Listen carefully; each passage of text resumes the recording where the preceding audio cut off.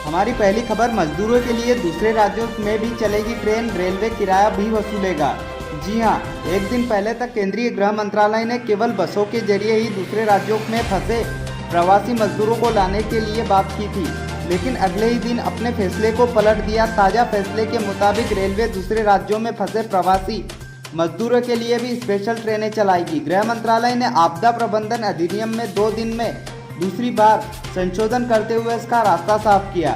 इसके लिए रेल मंत्रालय एक नोडल अफसर तैनात करेगी जो राज्य सरकारों के साथ मिलकर इस दिशा में काम करेगा कि कैसे के अलग अलग राज्यों में फंसे मजदूरों को वापस घर लाया जा सके। गृह मंत्रालय ने इस बारे में नया ऑर्डर निकाला गया है। ऑर्डर में लिखा है कि रेल मंत्रालय इस प्रक्रिया को आगे बढ़ाते हुए नए दिशा निर्देशों को जारी करेगा, जिसमें टिकट बिक्री, सोशल डिस्टेंसिंग और सुरक्षा के लिहाज से उठाए जाने वाले कदमों की विस्तृत जानकारी होगी।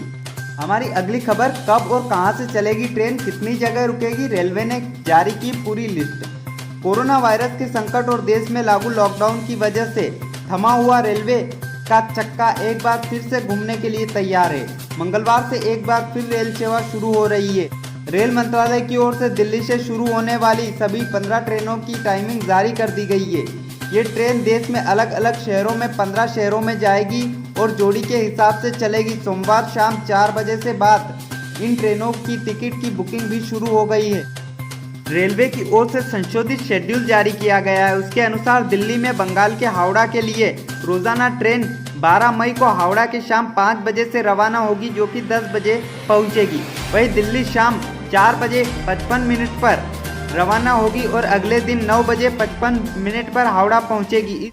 इस रूट पर यह train Asansol junction, Dhanbad junction, गया junction, Pandit Deendayal Upadhyay junction, Prayagraj junction और कानपुर सेंट्रल जंक्शन पर रुकेगी।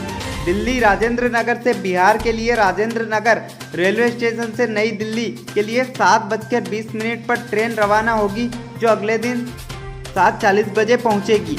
वहीं दिल्ली से ट्रेन 13 मई की शाम को 5:55 पर रवाना होगी, जो अगले दिन 5:30 बजे पहुंचेगी। ये train Patna junction, Pandit Deendayal Upadhyay junction, Prayagraj junction और कानपुर सेंट्रल जंक्शन पर पहुंचेगी। ट्रेन का टिकट ही बनेगा कर्फ्यू पास। स्टेशन से घर बेरोक-टोक पहुंचेंगे रेलवे यात्री। जी हां, गृह मंत्रालय ने मंगलवार से फिर से शुरू हो रही ट्रेन सेवा के बारे में बताया है कि कल से नई दिल्ली से 15 ट्रेन चलेगी। कंफर्म टिकट वाले यात्री यात्रा कर सकेंगे। इसके लिए स्टेशन तक जाने के लिए कर्फ्यू पास लेने की कोई ज़रूरत नहीं। कोरोना वायरस और लॉकडाउन की वजह से लंबे समय से बंद ट्रेनों का परिचालन कल मंगलवार से शुरू होने वाला है। इस संबंध में गृह मंत्रालय ने सोमवार को बताया कि उन रेलवे यात्रियों को कर्फ्यू पास बनाने की कोई ज़रूरत नहीं है जो कंफर्म ई टिकट लेकर आए हैं। गृह मंत्रालय ने मंगलवार से फिर से शुरू हो रही ट्रेन सेवा के बारे में बताया कि कल से नई दिल्ली में 15 ट्रेनें चलेंगी। कंफर्म टिकट वाले यात्री यात्रा कर सकेंगे। इसके लिए उन्हें कर्फ्यू पास लेने की कोई ज़रूरत नहीं है। यूपी में श्रम कानून में बड़ा बदलाव। 12 घंटे की नौकरी पर अब कितनी मिलेगी सैलरी, कुछ इस तरह से होगा हिसाब किताब।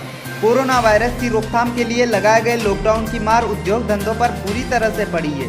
बाजार में मांग कम होने के कारण उत्पादन भी कम हो रहा है और फैक्ट्रियों की मजदूर, कामगार और नौकरियां जा रही है या फिर उनकी सैलरी कटौती हो रही है। सबसे ज़्यादा प्रभावित असंगठित क्षेत्र के मजदूर हुए हैं। रियल सेक्टर में काम बंद होने के बाद कई प्रोजेक्ट बंद पड़े हैं और मजदूरों के पास काम नहीं है। कंपनियां और फैक्ट्रियों को घाटा जा रहा है।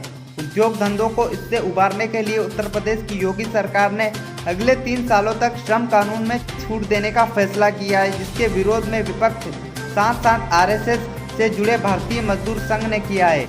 कारखाना अधिनियम 1948 के अंतर्गत आने वाले रजिस्ट्रेशन कृत सारे कारखाने 51, 54, 55, 56 और धारा 69 के तहत कर्मचारियों के लिए साप्ताहिक घंटों तथा दैनिक घंटों, अतिकाल और विश्राम आदि से संबंधित विभिन्न नियमों से 19 जुलाई 2020 तक के लिए छूट प्राप्त होंगी।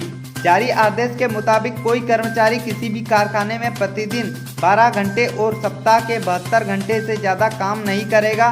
पहले यह अवधि 8 घंटे और सप्ताह के 48 घंटे थी। 12 घंटे की शिफ्ट के दौरान 6 घंटे के बाद 30 मिनट का ब्रेक दिया जाएगा। 12 घंटे की शिफ्ट करने वाले कर्मचारियों की मजदूरी दरों के अनुपात में होगी, यानी अगर वह मजदूर 8 घंटे के 80 रुपये है तो 12 घंटे के 120 रुपये दिए जाएंगे। आपको बता दें कि पहले ओवर टाइम करने पर प्रति घंटे सैलरी के हिसाब से दोगुनी सैलरी मिलती थी।